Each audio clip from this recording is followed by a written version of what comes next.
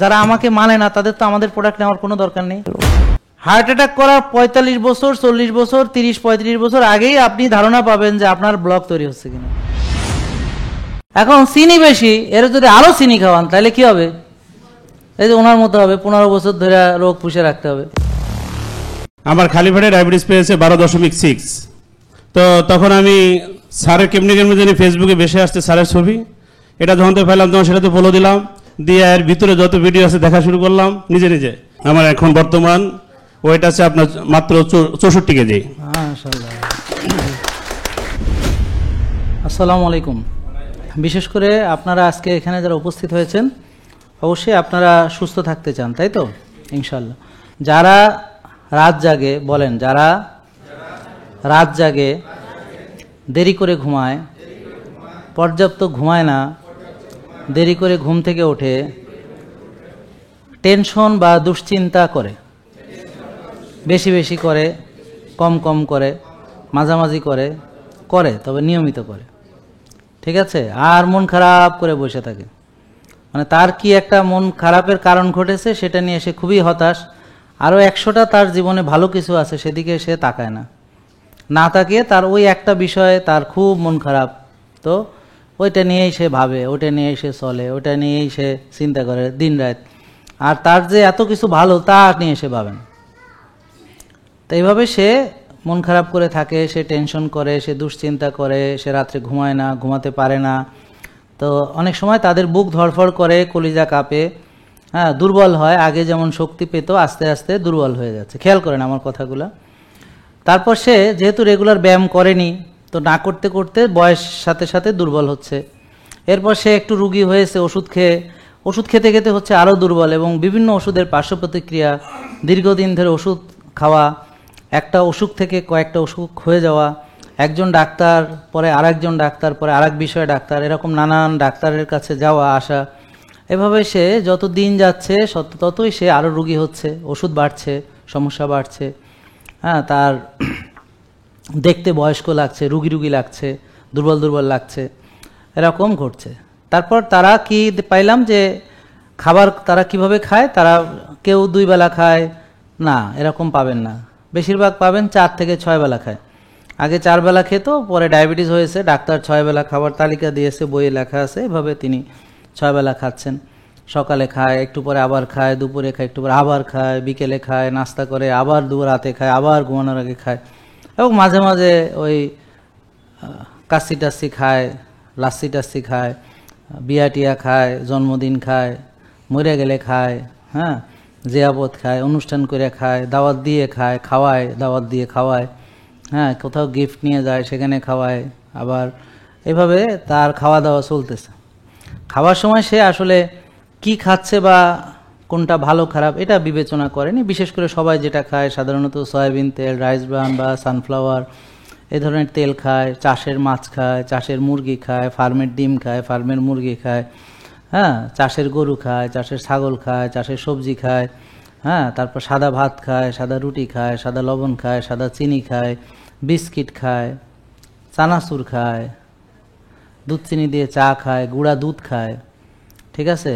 কখনো কখনো cold drinks খায়, কখনো কখনো সে হট ড্রিঙ্কস খায়, দুধ চিনি দিয়ে চা, দুধ চিনি দিয়ে কফি, হ্যাঁ, তারপর চকলেট, আইসক্রিম, পেস্ট্রি, কেক, হ্যাঁ, ফ্রেঞ্চ ফ্রাই, বার্গার, স্যান্ডউইচ, হ্যাঁ, বেলপুরি, ঝালমুড়ি,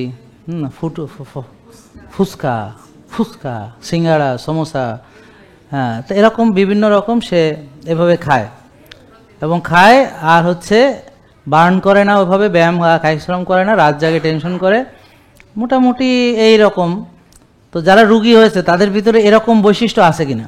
আমি যা যা বললাম, তা আপনারা এখানে এসে যা যা বলবেন আর আমি যা বললাম, তো কত পার্সেন্ট মিলছে? যারা হাত তুলছেন দেখি, কত পার্সেন্ট মিলছে আমার কথার সাথে? 100। তো তাহলে তো আর আপনারা কি বলবেন, আমি বলে দিলাম। বলেন, কোষে জায়গা নেই, ওভারলোড, অতিরিক্ত চর্বি জমেছে।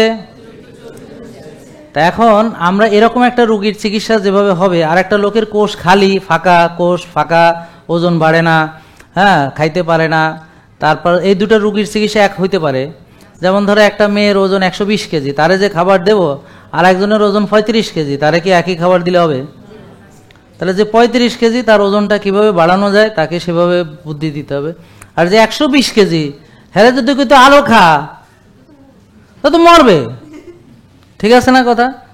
হ্যাঁ, এখন চিনি বেশি, এর যদি আরো চিনি খাওয়ান তাহলে কি হবে? এই যে ওনার মতো হবে, 15 বছর ধরে রোগ পুষে রাখতে হবে। ঠিক আছে? তো ডায়াবেটিস রোগী যারা হাত তুলেছেন তারা বলেন যে আপনারা যারা ডাক্তার দেখিয়েছেন বা যে কোনোভাবে চিকিৎসা যারা করিয়েছেন তাদেরকে হোমা আয়ার এই পরীক্ষাটা আপনার করানো হয়েছে? আর যারা ওষুধ খান তারা কি কোষের অবস্থা জানেন? আপনার ডায়াবেটিস কি ধরনের ডায়াবেটিস, মানে ইনসুলিন বেশি আছে কিনা তা কি জানেন? চিনি বেশি আছে আমরা জানি, বলেন চিনি, আমরা চিনি অর্ধেক চিনি। বলে কেন? কারণ অনেকে এই চিনি পুরাটা চেনে না। আমাকে প্রায় এখনো এতদিন ধরে লেকচার দিচ্ছি, 2019 সাল থেকে এই এটা কত সাল, তাহলে কত বছর হইলো? প্রায় 6 বছর। এখনো এসে রুগীরা বলে যে আমি চিনি খাই না। তা বোন কি খান? কয় রুটি খাই। বোন কি খান? কয় ভাত খাই। তো বোন কি খান? কয় ডাল খাই।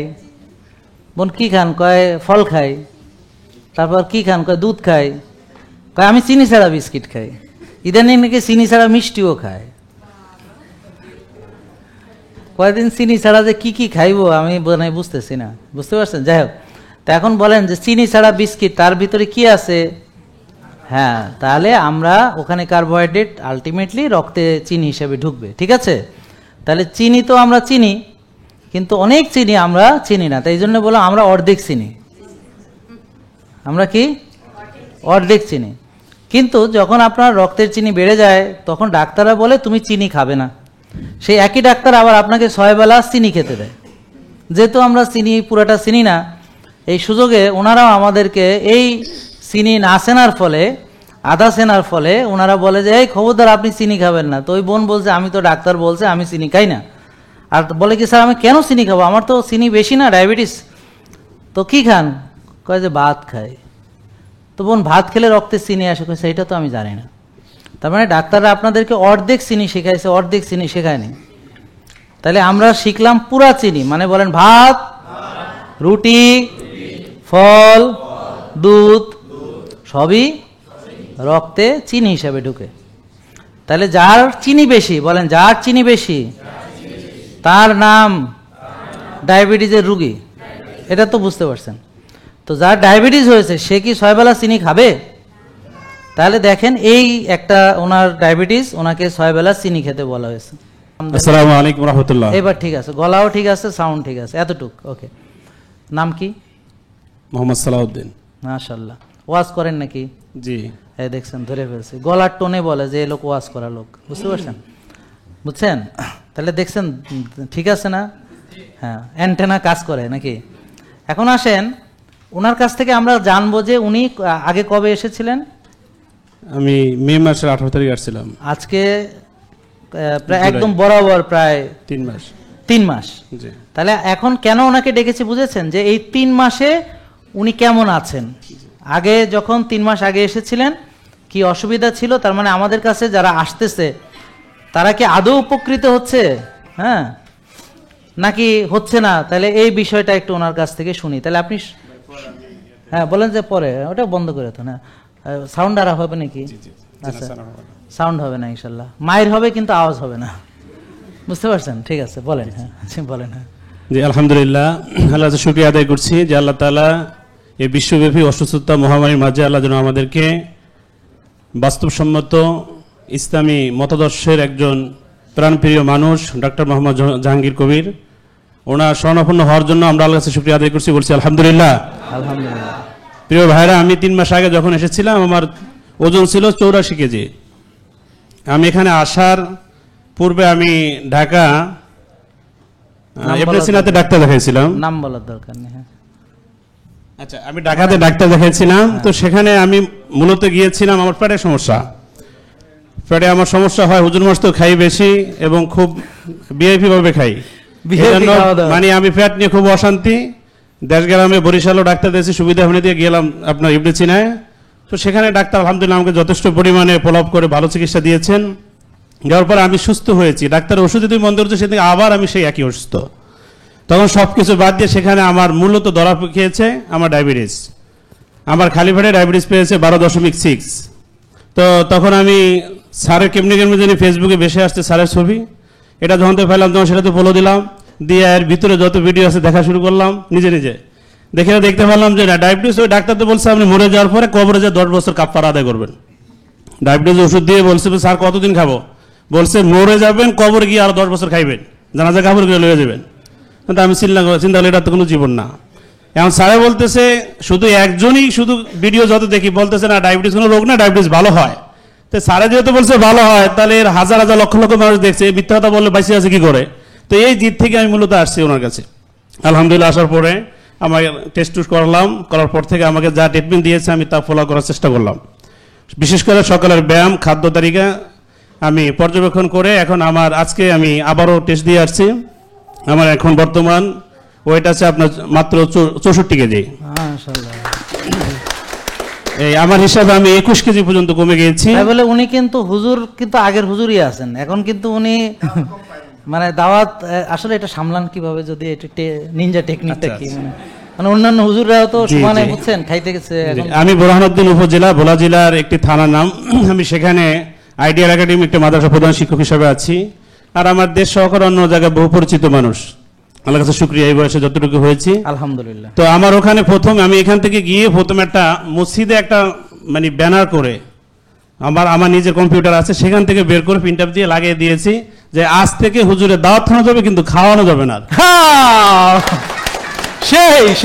সেই ছিল সেই জন্য মসজিদের সভাপতি সহকারে সবাই বলতেছে হুজুর এটা কি, আমি বলছি এটা দেখেন পড়েন বোঝেন এরপর কথা বলেন, কারণ এত জবাব দেওয়া সম্ভব না।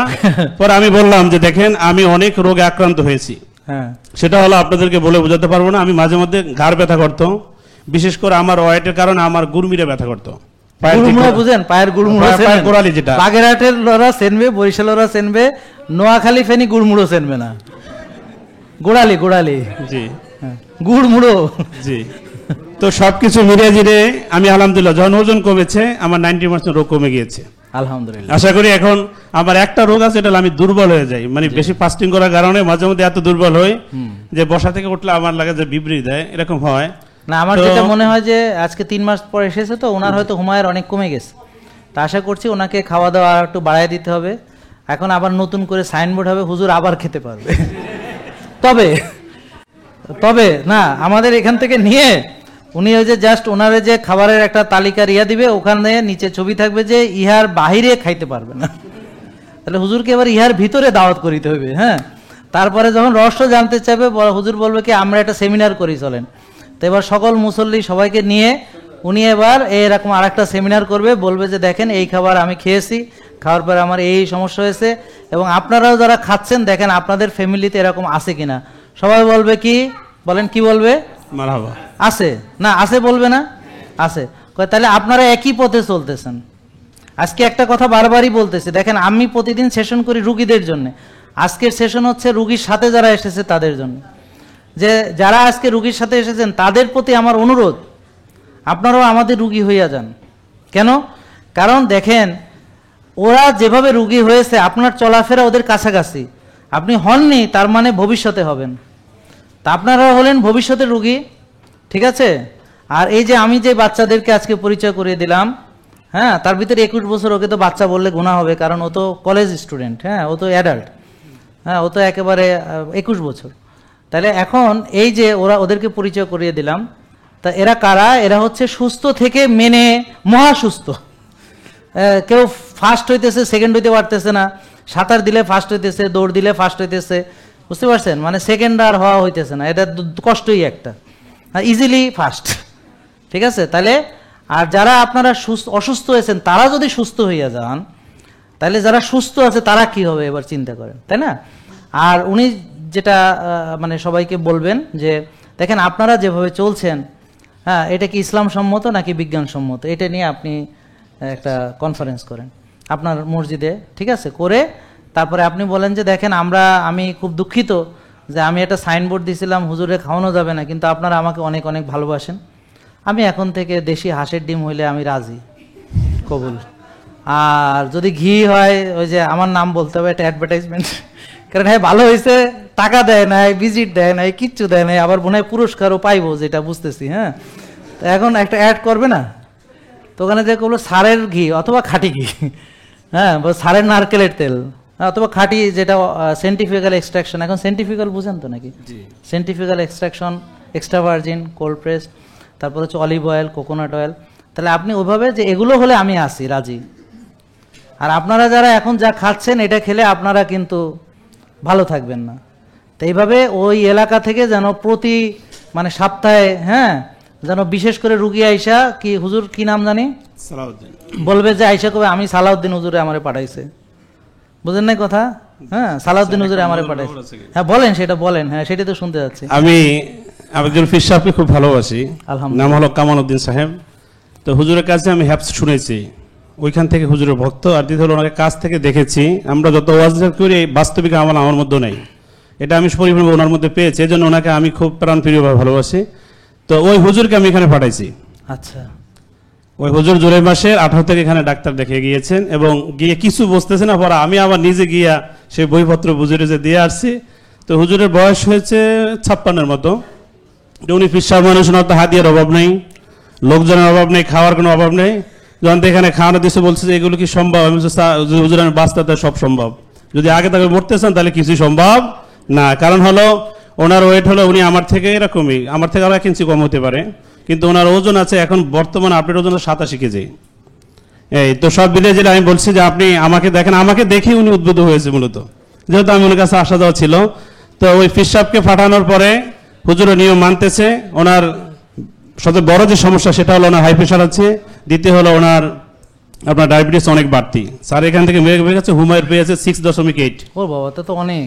এই তো তাহলে সব মিলে জিলে উনি যেহেতু মানা শুরু করেছে, এখন এনার পর্যাপ্ত পরিমাণ হলে এই যে উনি মানে ওষুধ ছাড়াই ওনার হাই প্রেশার নিয়মিত খাওয়া লাগতো। আমি বলছি আপনি যেদিন মানবেন 3 দিন পর থেকে একটা ওষুধও লাগবে না, আপনি নিশ্চিত ভালো থাকবেন। তো উনি ঠিকই এভাবে মানছে। 3 দিন পর থেকে দেখা যাচ্ছে ওনার প্রেশারের সমস্যা হয় না। আজকে 21 দিন চলছে। উনি আমাকে গত দিনে আমি ফোনে কথা বলছি, আজকে আসার সময় লঞ্চে বসে কথা বলছি, বলছে হুজুর আপনি কি ওষুধ খান? বলছে ওষুধ তো খোসাই নেন, ওষুধ তো নাই আমার বান্ডাতে, খাবো কোথা থেকে? আমি বলছি যদি সমস্যা ফিল করেন মাঝে মাঝে গিয়ে 3 দিন 4 দিনের মাথায় মাথায় প্রেশারটা একটু মাপাবেন, দেখবেন যে প্রেশার আপনার নিউটন আছে কিনা। তো যাই হোক, সর্বসাগুলো বলবো যে উনি সহ আপনার আরো একজন রোগী পাঠাইছি। আমি যেহেতু আলমের সাথে আলমদের সাথে পরিচয়, জামাত ইসলামের একজন স্বনামধন্য ব্যক্তি এবং যিনি এমপি পদপ্রার্থী মাওলানা শফিউল্লাহ সাহেব, উনি এসে ডক্টর দেখে গেছে মাত্র 3 দিন আগে। ওনারও মানে ওনার ব্যালেন্স ঠিক থাকে না, হাতলে চারিদিকে ঢোলে, রাত্রে ঘুম যাইতে পারে না, কারণ জনগণের জ্বালায় রাত্রে ঘুমায় 1:30 2টায়।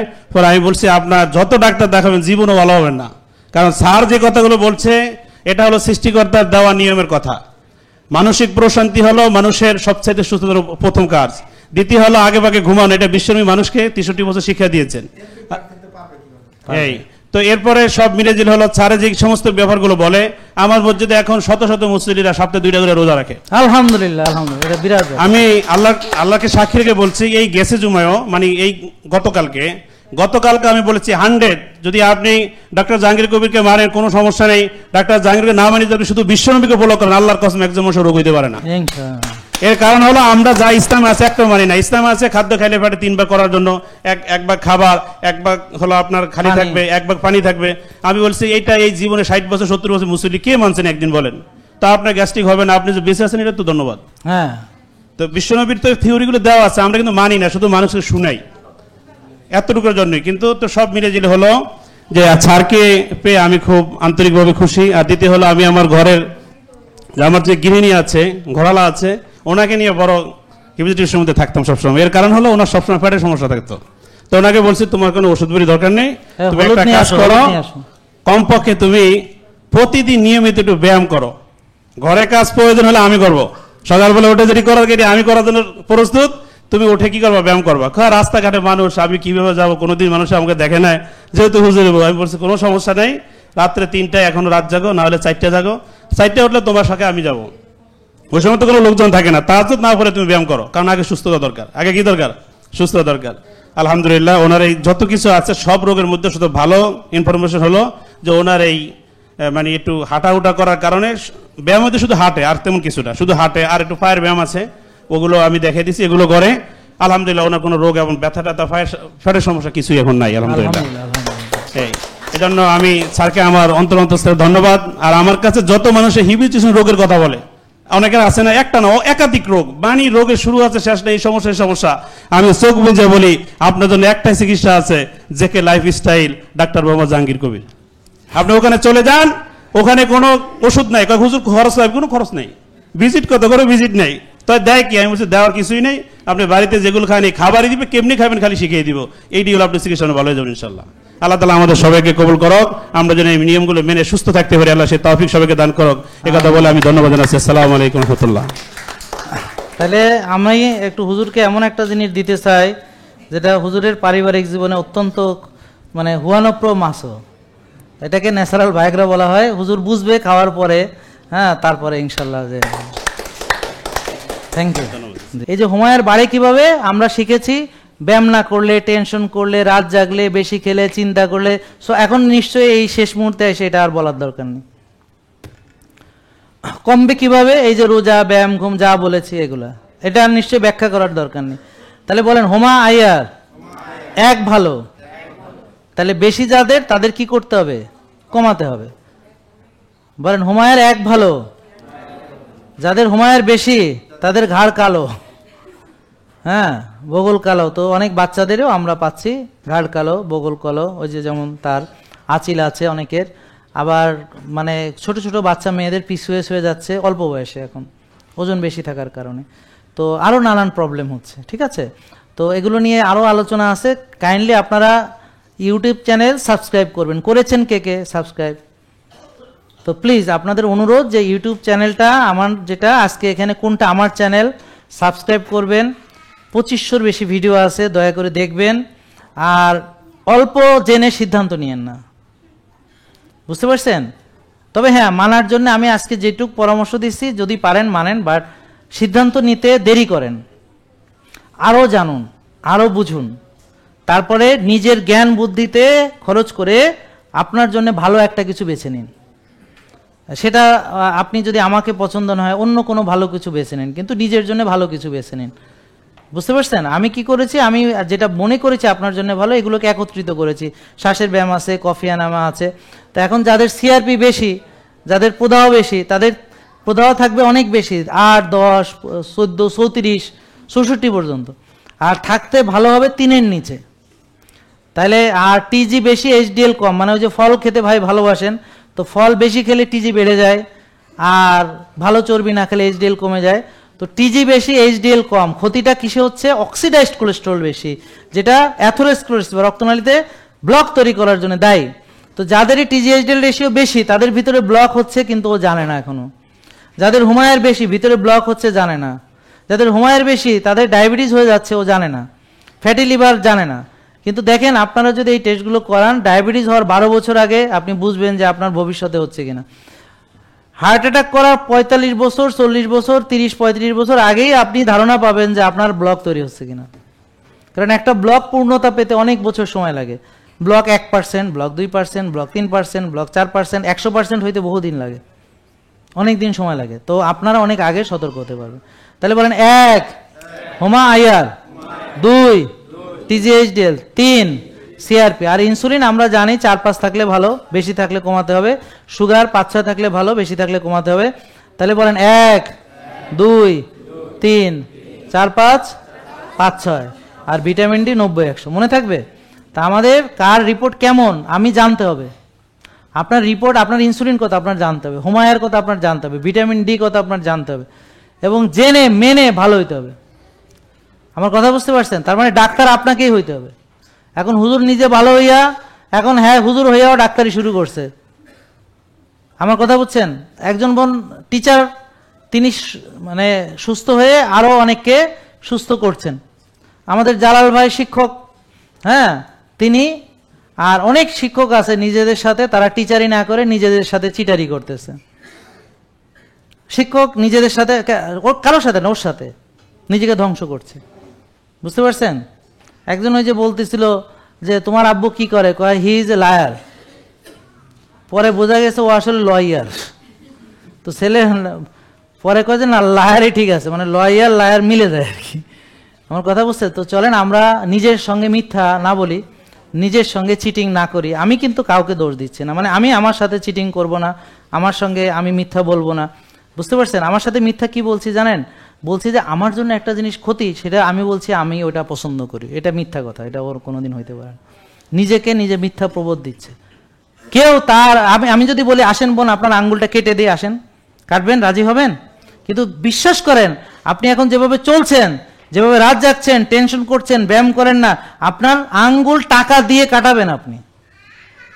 এরকম বহুত আঙ্গুল কাটা রুগী আমার এখানে আসছে। এই যে এখানে বসেছিল না একজন, 9টা আঙ্গুল কেটে ফেলছে, মনে আছে? 9টা আঙ্গুল নাই, পায়ে তার 10টা আঙ্গুল। আপনাদের কয়টা? 10টা। ওর 9টাই নাই, একটা আছে। হ্যাঁ, কেটে ফেলছে।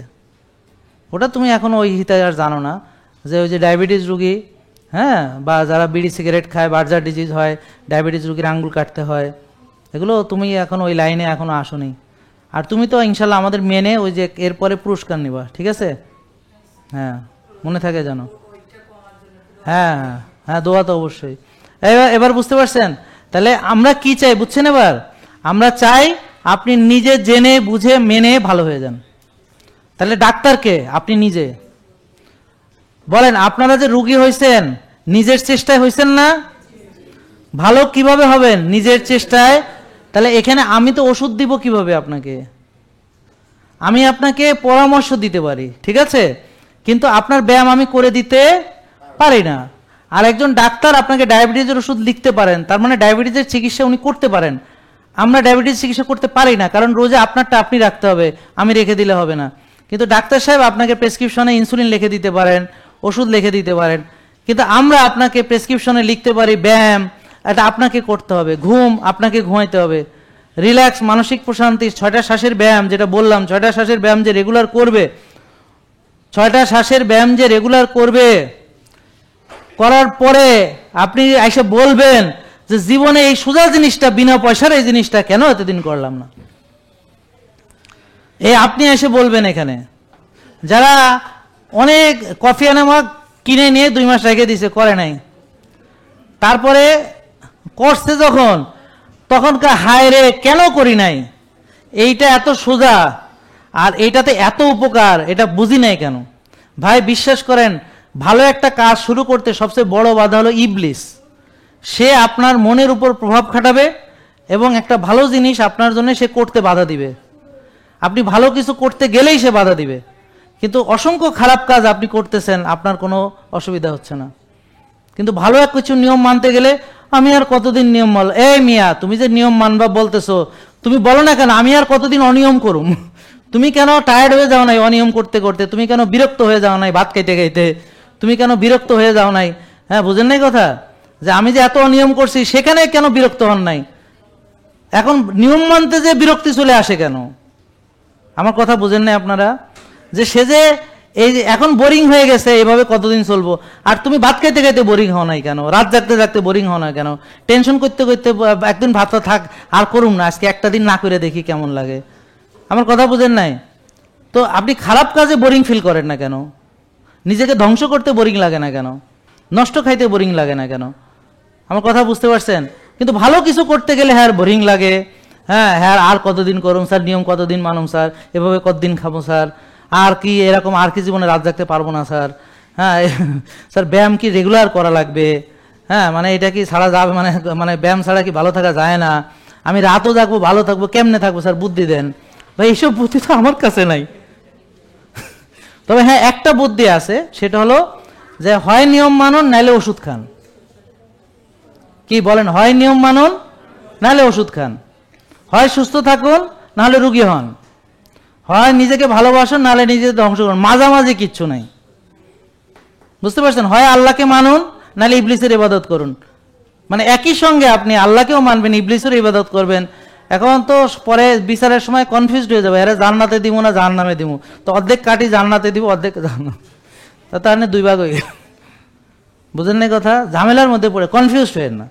এই জন্য আমি 100 বার বলতেছি, বারবার বলতেছি, প্লিজ প্লিজ প্লিজ আমাকে না বুঝা দয়া করে মানবেন না, কনফিউশন নিয়ে মানবেন না। আগে আপনি প্রয়োজনে মানার দরকার নেই, আপনি 3 মাস সময় নেন, রেগুলার ভিডিও দেখে দেখে বোঝার চেষ্টা করেন। যখন আপনার দিল থেকে আসবে, মন থেকে আসবে, বুঝ থেকে আসবে, হ্যাঁ, তখন মানেন। কারণ একটা লোক তার হাউস ভাত খাবে, এখন খাইতে পারতেছে না, এই দুঃখের ছোটে ডায়াবেটিস বেড়ে যাবে টেনশনে। আমার কথা বুঝছেন? হ্যাঁ, কাঁড়াল খাইবো, খাইতে পারতেছে না, এই দুঃখে আর ডায়াবেটিস বেড়ে যাবো টেনশনে, রাত্রে ঘুমাইবো না, স্বপ্নে দেখবো কাঁড়াল। বুঝেন নাই কথা? এই জন্য দয়া করে না বুঝে মানার দরকার নেই, আরেকজনের অনুরোধে ডেকে গেলার দরকার নেই। প্লিজ প্লিজ প্লিজ আপনারা নিজেরা বুঝানো, ঠিক আছে ইনশাল্লাহ? ওকে, আল্লাহ সবাইকে কবুল করুক। আসসালামু আলাইকুম ওয়া রাহমাতুল্লাহি ওয়া বারাকাতুহু। আমরা এখানে জামাতে নামাজ পড়বো ইনশাল্লাহ। জেকে লাইফস্টাইল, ওষুধ মুক্ত সুস্থ জীবন।